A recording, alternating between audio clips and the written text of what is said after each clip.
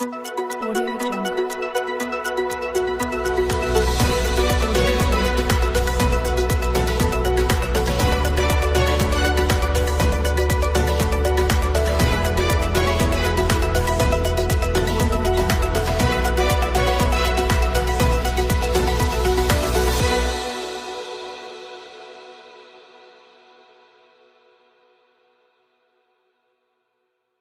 Assalamualaikum warahmatullahi wabarakatuh. Saya Cynthia Rahayu Putri dengan NIM 07011 117.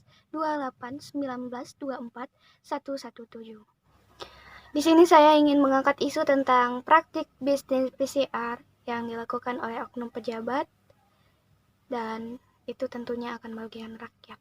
Tes PCR sering dipertanyakan regulasinya karena sering berubah-ubah dan tidak konsisten, sehingga menyebabkan timbulnya kecurigaan adanya bisnis di sini.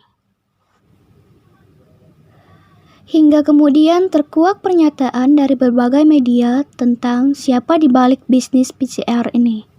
Terseret nama Luhut Binsar Panjaitan selaku Menko Marifes yang jabatannya merangkup sebagai koordinator PPKM di mana semua kebijakan COVID-19 dipimpinnya. Kemudian menyusul nama Erick Thohir selaku Menteri BUMN selaku Ketua Tim Penanganan COVID-19. Kedua menteri ini terlibat dalam pendirian bisnis PCR PT GSI yang merupakan penyedia jasa tes COVID-19.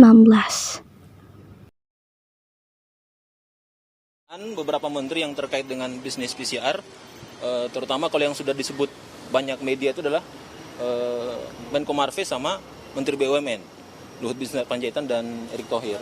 PCR ini berubah-ubah, harga PCR ini berubah-ubah. Kita nggak ngerti sebenarnya harga standar dari PCR ini berapa. Agar kemudian masyarakat paham sebenarnya PCR ini oleh negara, oleh pengimpornya, oleh pelaku bisnisnya itu berapa. Agar kemudian kita tenang gitu. Kita tahu bahwa sebenarnya ada keuntungan sekian dari pemerintah atau dari pelaku bisnis, itu berapa? Ini masuk ke kas negara atau seperti apa? Ini dibuktikan dengan harga tes PCR yang turun secara bertahap. Harga tes PCR sebelumnya mencapai 2 juta pada 5 Oktober tahun 2020 lalu. Melalui Surat Edaran Direktorat Jenderal Pelayanan Kesehatan nomor HK 020213 tahun 2020. Harga tes PCR menjadi Rp900.000. Lalu 16 Agustus 2021, harga turun menjadi Rp495.000 untuk bagian Jawa dan Bali dan Rp525.000 di luar Jawa dan Bali. Terakhir, pada 27 Oktober 2021, harga kembali turun menjadi Rp275.000 di Jawa dan Bali dan Rp300.000 di luar Jawa dan Bali. Dengan biaya tes PCR sebesar 1,5 juta pada awal pandemik, keuntungan yang didapat diperkirakan sekitar Rp900.000 per tes. Usai diturunkan menjadi Rp275.000 di Jawa dan Bali, perkiraan keuntungan mencapai Rp60.000 per tes. Bisnis tes PCR ini bisnis yang keuntungannya sangat fantastis.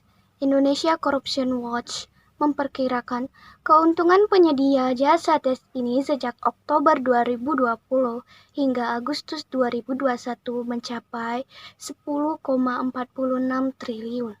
Kemudian, merujuk data Direktorat Bea dan Cukai Kementerian Keuangan, hingga 23 Oktober 2021, impor alat tes PCR mencapai 2,27 triliun. Nilai ini hampir 4 kali jumlah impor pada Juni yang mencapai 523 miliar. Angka yang fantastis bukan? Bagaimana mungkin keadaan seperti ini malah dimanfaatkan oleh oknum tertentu untuk mendapatkan bisnis yang mereka inginkan. Yang diharapkan terkait masalah ini yang harus dilakukan pemerintah ialah: pertama, pemerintah secara tegas melakukan atau memberi hukuman terkait dengan pejabat yang melakukan bisnis PCR. Kedua, untuk mencegah terjadinya praktek bisnis PCR, pemerintah sebaiknya mengambil ahli dalam pelaksanaan dan pengawasan terhadap bisnis PCR tersebut agar dapat terpantau lebih jelas. Ketiga, pemerintah mempertimbangkan untuk menghapus kebijakan wajib PCR yang nyatanya hanya menjadi ladang bisnis bagi oknum tertentu. Dan selain itu juga adanya wajib PCR ini juga memberatkan rakyat karena harus membayar, sedangkan ekonomi sedang sulit.